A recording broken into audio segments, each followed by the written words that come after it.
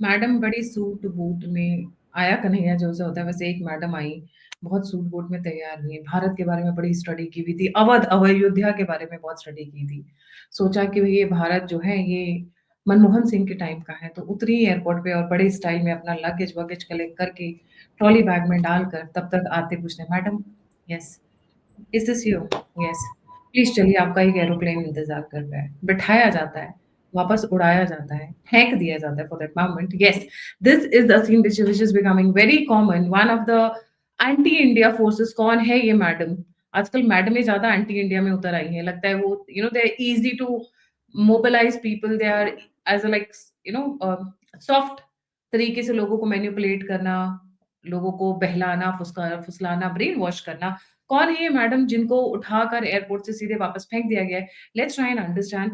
नमस्कार, सत श्री अकाल, राम राम, सा खम्मा गणी वणक्कम, प्रणाम।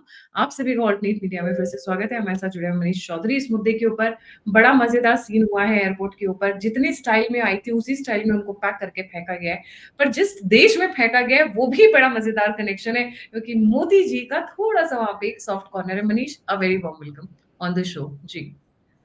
Thank you Gayatri ji. I think इनका जो नाम भी है, जैसे आपने कहा, नाम भी मेरे जैसे आम भारतीय के लिए उच्चारण करना आसान नहीं है, लेकिन सर फ्रांसिस्का ओर्सिनी, अगर मैं गलत नहीं हूँ तो ये मैडम आई थी भारत। 20 अक्टूबर की बात है, और जब ये एयरपोर्ट पे हांगकांग से भारत आई थी, एयरपोर्ट पे उतरी, और उसके बाद कुछ जो वहाँ पे इमिग्रेशन चेक होता है, उस इमिग्रेशन चेक में कुछ क्वेश्चंस पूछे गए, कुछ डॉक्यूमेंट्स वेरीफाई किया गया, और इनको वापस एक देश में भेज दिया गया, जिस देश से हमारा कभी खट्टा कभी मीठा, अभी तो मैं बोलूँगा मीठा ही संबंध है।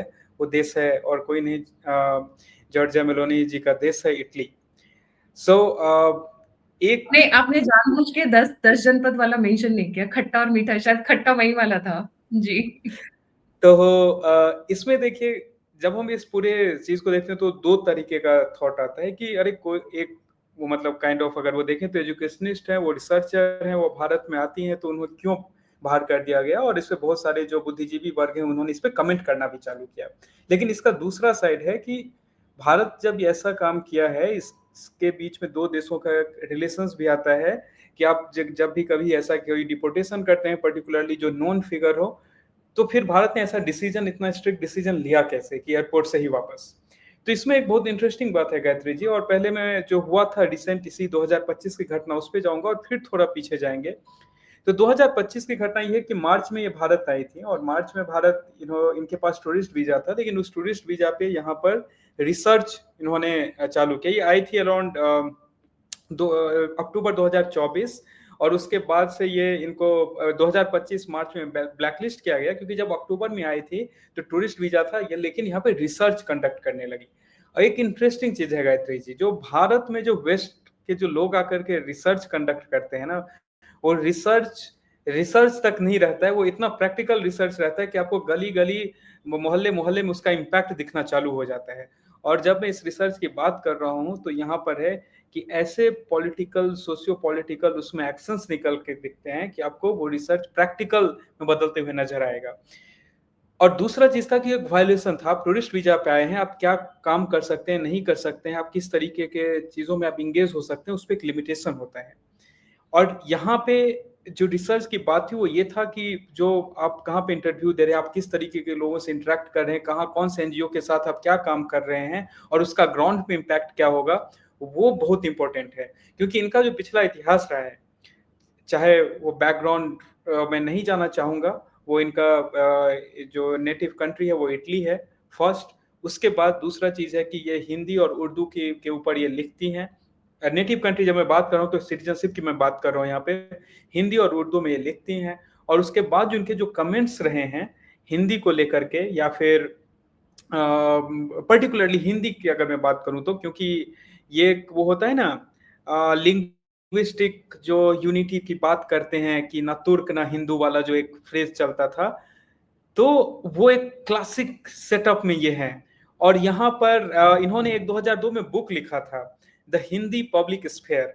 उस किताब में क्लेम किया जाता है कि 1920 और 1940 का उन्होंने एक टाइमलाइन दिया था, हिंदी पब्लिक स्फीयर 1920 से 1940। उसमें कहा गया कि देखो हिंदी जो है इसका कोई ग्रास रूट कुछ है ही नहीं, ये बकवास है, ये तो सिर्फ पॉलिटिक्स से क्रिएट किया गया 1920 से 1930 के बीच में, और उसी पॉलिटिक्स के कारण जो है ये हिंदी एक लैंग्वेज भाषा बना, अदरवाइज ये तो कुछ है ही नहीं। अब सोचिए कि एक देश जिसमें कि बहुत बड़े जो उसका लैंड मास है उसको एक कॉमन लैंग्वेज जो कनेक्ट करता है वो हिंदी है, और हिंदी कभी ऐसा नहीं है कि अपने आप को किसी भाषा पे इम्पोज करता है या किसी को डिसरिस्पेक्ट करता है, लेकिन एक बहुत बड़े लैंड मास को कनेक्ट करता है, और इससे इसमें बहुत सारी जो लोकल डायलेक्ट्स हैं, जो लोकल भाषाएं बोली हैं, उसकी भी इसमें एक तरीके से इम्पैक्ट आता है, या कनेक्टेड है लोग। जैसे मैं मैथिली बोलता हूँ, लेकिन फिर भी अगर एक ब्रॉडर लेवल पे किसी और अवधि या किसी दूसरी भाषा से बोलने वाले लोग हो तो मैं हिंदी यूज करता हूँ। सेम बहुत सारे जो हमारे व्यूअर हैं वो करते होंगे। एक उस पूरे नैरेटिव को यहाँ पे देखिए, हिंदी पे अटैक भाषा पे सिर्फ अटैक नहीं है, भाषा को आप क्वेश्चन नहीं कर रहे हैं। जब आप हिंदी के ऊपर क्वेश्चन कर रहे हैं तो एक जो मेजर फैक्टर था, जो नेशनलिस्टिक फैक्टर है या जो एक बाइंडिंग फैक्टर है, उसके ऊपर आप क्वेश्चन क्रिएट करके, जो एक हमेशा से कॉन्सेप्ट है, वेस्टर्न कॉन्सेप्ट कि भारत इन जो 35-36 राज्यों के साथ मत देखो, इसको हमेशा ऐसे करो कि जो छोटे छोटे छोटे स्टेट्स हैं, जैसे कि यूरोप है जहां पे भारत के एक एक स्टेट के बराबर वहां पे एक एक देश है, उस माइंडसेट को इनकलकेट करो। ये बहुत बड़ा इनका जो बैकग्राउंड रहा है गायत्री जी, वो एक जो लिखने का या बोलने का या काम करने का तरीका, और जो वेस्टर्न पावर्स यहाँ से तो निकल गए, भारतीय उपमहाद्वीप को भारत तो वो पूरा एक लैंडमार्क तो भारत मिला, लेकिन कंटिन्यूअसली उसके तोड़ने के तरीके पे ये काम रहा है। और इसलिए इन्होंने जो स्टार्टिंग ये दिया हुआ, अगर आप देखेंगे उस किताब का, न तुर्क न हिंदू, ये अपने आप में, ये जो कॉन्सेप्ट है ये अपने आप में वो पूरे भाषा को या पूरे इसको इन्होंने बना दिया है कि हिंदी जो वर्ड है वो एक रिलीजन से जुड़ा हुआ है, उसको डोमिनेट करने के लिए पूरे भारत पे उसको थोप दिया गया या पूरे बड़े लैंडमास पे थोप दिया गया।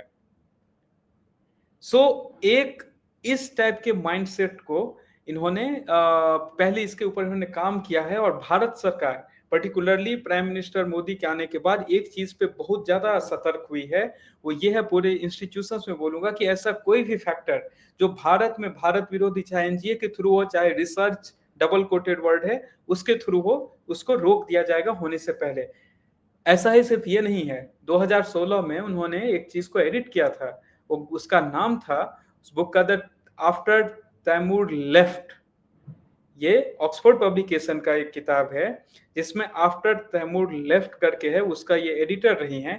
अगेन सेम क्वेश्चन जो उस टाइम में जो तैमूर का अटैक था, या उस टाइम जो प्री कॉलोनियल जो सिचुएशन था, जहां पर हम मुगल की बात करते हैं या दिल्ली सल्तनत की बात करते हैं, उस टाइम का कि अरे उर्दू वहां से आया, ये वहां से आया, इसको ग्लोरीफाई करना, भारत के आइडेंटिटी को सीधा सीधा जहां जहां आपको दिखेगा कि नीचे दिखाने का कोशिश, या उसको ब्रेक करने का कोशिश, या उसके आइडेंटिटी को क्रश करने का कोशिश, वहां वहां आपको मैडम ओर्सनी जो है वो दिखेंगी। एंड ये एक सीक्वेंस है, बहुत सारे इसमें नाम है ऐसे। इन्होंने ईस्ट ऑफ दिल्ली एक किताब है जिसके ऊपर सेम चीज किया था, उसके बाद बहुत सारे इनके आर्टिकल्स निकले हुए हैं। तो ये सीक्वेंस ऑफ इवेंट्स जो इनका रहा है वो पहले से एक वो होता है ना कि आपको एक रेड फ्लैग या एक फ्लैग्ड आइटम्स जो है उसमें आप रहते हो, वैसे ही इनका हुआ है। और जब मैं ये बात बोल रहा हूँ, आपके जितने भी व्यूअर्स हैं वो जाकर के देख सकते हैं कि जो ओर्सनी जी का जितना भी काम है पिछले 25-30 साल में, वो काम किस चीज से रिलेटेड है, उस काम का इनडायरेक्ट अटैक कहाँ है। क्योंकि सिंस अब सब बोलेंगे अरे आप सिर्फ एक भाषा के ऊपर लिखे हुए या एक भाषा के ही ऊपर क्यों अटैक कर रहे हो, क्योंकि ये इनका जो रिसर्च एरिया है, अगेन डबल कोट, या जिनके ऊपर ये काम करती हैं वो हिंदी उर्दू जो लिटरेचर है उसके ऊपर है। तो जो भी तरीका से ये उसको एक अपना नैरेटिव को फैलाना है वो उसी के हिसाब से फैलाया जाता है कि कैसे अंग्रेज के आने से पहले जो था भारत एक डाइवर्स कल्चर वाला देश था। यार भारत डाइवर्स कल्चर वाला देश कहाँ से था, वो तो उसको दमन करके बल के और छल के हिसाब से उसको भारत का दमन किया गया था, भारत के आत्मा को कैद किया गया था, और भारत उससे 1000 साल उसमें स्ट्रगल किया है। तो उसको आप कैसे आप दिखा रहे हो कि ये एक ये जो है एक भारत का वो डाइवर्सिटी था। डाइवर्सिटी नहीं, भारत का डाइवर्सिटी ये था कि जो हम साउथ में कहीं तमिल है, कहीं कन्नड़ है, कहीं किसी क्षेत्र में मैथिली बोलते हैं, कहीं गुजराती बोलते हैं। भारत का डाइवर्सिटी ये था। भारत का डाइवर्सिटी बाहर से आए हुए उर्दू या पर्शियन भाषा नहीं था। Manish, it is not just about Urdu and all. She's been doing studies in JNU, Venice University में हिंदी के ऊपर स्टडी करना, ये जो JNU से निकली हुई है ये, बाय द वे। ये माइक्रोस्कोपिक इनको लेकर, क्योंकि उसके बाद जो स्ट्रगल फॉर लाइफ होता है, to survive in an environment, monetary gains के लिए, they will go to right anything and everything in order to get money. एक बात बताइए, इटली की कोई बंदी हिंदी के ऊपर आके स्टडी कर रही है, अवध के ऊपर आके स्टडी कर रही है, how many jobs are there in the market? मैं एक लॉजिकल थिंकिंग की बात कर रही हूँ। तो फिर ये वही लिखेंगे जो इनसे लिखवाया जाएगा, जिसके लिए इनको फंड्स मिलेंगे, जिनके लिए इनको स्पॉन्सरशिप मिलेगी, और जो स्पॉन्सर करेगा वो अपने हिसाब से लिखवाएगा। बिकॉज़ ऐसी स्टडीज़ के साथ, चाहे वो जेएनयू में हो, चाहे वो वेनिस यूनिवर्सिटी में हो, चाहे ऑक्सफोर्ड इनका में हो, इतिहास कैम्ब्रिज गायत्री जी उससे सीए और एनआरसी जैसे मुद्दों पर भी इन्होंने बहुत ही अच्छे तरीके से कमेंट किया है कि जब सीए और एनआरसी का जब प्रोटेस्ट चल रहा था, या फिर चाहे कश्मीर का मुद्दा हो, इन्होंने वो जो आपको याद होगा, एक 150 सिग्नेटरीज वर्ल्ड वाइड एक लेटर साइन किए थे, open letter, vilification of pro, वो जो निवेदिता मेनन केस में, तो उस टाइम में ये भी उनमें से एक थी। तो एक इतिहास रहा है इनका भारत में, चाहे वो सीए हो, चाहे वो एनआरसी हो, चाहे वो कोई भी ऐसा मुद्दा जहां भी आपको एंटी नेशनल स्टफ दिखेगा, कुछ भी चल रहा है, तो वहां पे आपको ओर्सनी का कोई ना कोई, चाहे उनका कमेंट, चाहे उनका सिग्नेचर, चाहे उनका एक को होता है ना कि कहीं पे पोस्ट करना, तो ये सारा चीज एक कंटिन्यूअस हिस्ट्री इनका रहा है। इवन की एक सबसे एग्जाम्पल है, सबसे जबरदस्त, वो मैं आपके सारे व्यूअर्स को मैं बोलना चाहूंगा। 2002 में इनका एक एस्से था जिसमें रामायण और महाभारत को इन्होंने अमोरल, मतलब अनैतिक टेक्स्ट उसको डिक्लेयर कर दिया था।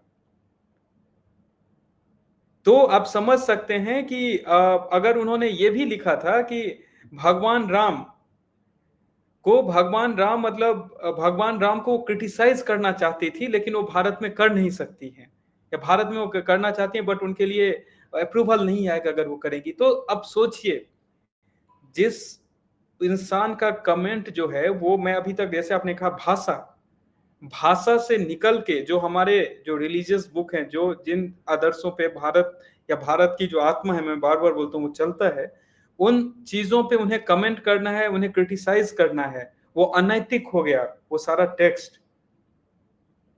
तो ये एक सीक्वेंस रहा है। और जब ये रिसर्च अभी कंडक्ट कर भी रही थी टूरिस्ट वीजा पे, वो रिसर्च गायत्री जी और कुछ नहीं था, इसी तरीके की, क्योंकि अगर आप देखिए टाइम फ्रेम, तो जो बांग्लादेश में ये पूरा घटना हुआ था, जब वहां पे सरतख्ता पलट किया गया था, और इनका जो यहाँ पे रिसर्च करने का जो टाइम है बहुत ज्यादा अलाइंड है। और आप सारे व्यूअर्स को याद होगा, जब ये बांग्लादेश में हुआ था, तो कितने ज्यादा जो सेंट्रल लिबरलिस्ट लेफ्टिस्ट जो लोग हैं, वो कितने ज्यादा एग्जांपल्स देना चालू किए थे कि भारत में भी हो सकता है, भारत में भी करेंगे, भारत में भी होगा, और बहुत सारे ऐसे ऐसे अलग अलग जो छिटपुट जगह से आवाज आने चालू हुई थी। और उसी समय इनका रिसर्च पीरियड जो है, जिनके लिए इनको ब्लैकलिस्ट किया गया, उसी टाइम के साथ कोइंसाइड करता है। और हम सबको पता है कि जब भी ऐसा कुछ घटना होता है हमारे आसपास में, जैसे अभी जनजी प्रोटेस्ट जो नेपाल में हो, उसके बाद भारत में भी जो अलग अलग तरीके से उसको फैलाने का कोशिश किया गया, तो ecosystem, again double coated word है, वो इकोसिस्टम एक्टिव होता है। और इकोसिस्टम हमारे सारे, चाहे वो पुराण हो, चाहे वो कोई हमारा भारत का आइडेंटिटी हो, चाहे वो कोई भी नेशनलिस्टिक आइडेंटिटी हो, उसके ऊपर अटैक, उसको क्रिटिसाइज करना, उसके ऊपर कमेंट करना, वो चालू हो जाता है टू क्रिएट एन अप्रोवर। और वो लोग अपने आप को बुद्धिजीवी वर्ग होते हैं। तो यहाँ जो केस है इनके साथ, ये उसी कैटेगरी में पूर्णतया फिट बैठती है। बहुत सारे लोग हैं, मैं नाम नहीं लूंगा, आपके व्यूअर्स स्मार्ट हैं, उनको पता है। शेखर गुप्ता को बहुत दिल का दर्द हुआ है। शायद बीपी की 2-4 मेडिसिन और रात को नींद की गोली लेकर सोना पड़ेगा, क्योंकि देखिए कनेक्शन तो यही है ना, वेस्ट और ईस्ट के बीच में यही लोग हैं, यही सो कॉल्ड रिसर्चर्स हैं। आप मैं व्यूअर से रिक्वेस्ट करूँगी, जब आप अपने बच्चों को जेएनयू या दिल्ली यूनिवर्सिटी या ऐसी जगह पे भेज रहे हैं, आप ज़रा पता करिए कि इतनी ये ऐसे कोर्सेज़ पढ़ता कौन है? हिंदू होकर कोई या भारतीय होकर कोई पढ़े तो समझ में आता है कि भई एक रिसर्च के पॉइंट ऑफ व्यू से, उस पॉइंट ऑफ व्यू से पढ़े जा रहे हैं। बट आधे से ज़्यादा रिसर्चर्स एंड आधे से ज़्यादा historians are biased this way और the other way. They don't want to put a factual thing, क्योंकि पैसा जहाँ से आता है वो उसी को सलाम ठोकते हैं। एंड हिस्टोरियंस कौन कहते हैं कि हिस्टोरियंस क्यों हमारे यहाँ बहुत बड़े-बड़े रहे हैं। हबीब से लेके तबीब और तबीब पता नहीं कौन-कौन लोग रहे हैं जिन्होंने अपने हिसाब से हिस्ट्री लिखी है। और ये मैडम कहाँ से आई? इटली से आई। Harvard, Venice university and God knows where. Then she comes to study Awadhi. Way anyways 2024 के इलेक्शंस में बहुत सारे फ्रांस के लोगों को भी बैन किया था। हमने कवर भी किया था अपने उसमें। फ्रांस के 2 जर्नलिस्ट को बैन किया गया था और ऑस्ट्रेलिया की एक इंडो ऑस्ट्रेलियन जर्नलिस्ट को बैन किया गया था। She was long awaited rather. बहुत लेट हुआ है बट हुआ है finally. Thank you so much Manish ji for joining. जाने से पहले व्यूअर्स से रिक्वेस्ट है, please don't forget to like, subscribe and share the all need media. अगर आप कंट्रीब्यूट करना चाहते हैं, सहयोग करना चाहते हैं, तो नंबर और यूपीआई दोनों स्क्रीन के ऊपर है। इसी के साथ जय हिंद, जय श्री राम, हर हर महादेव।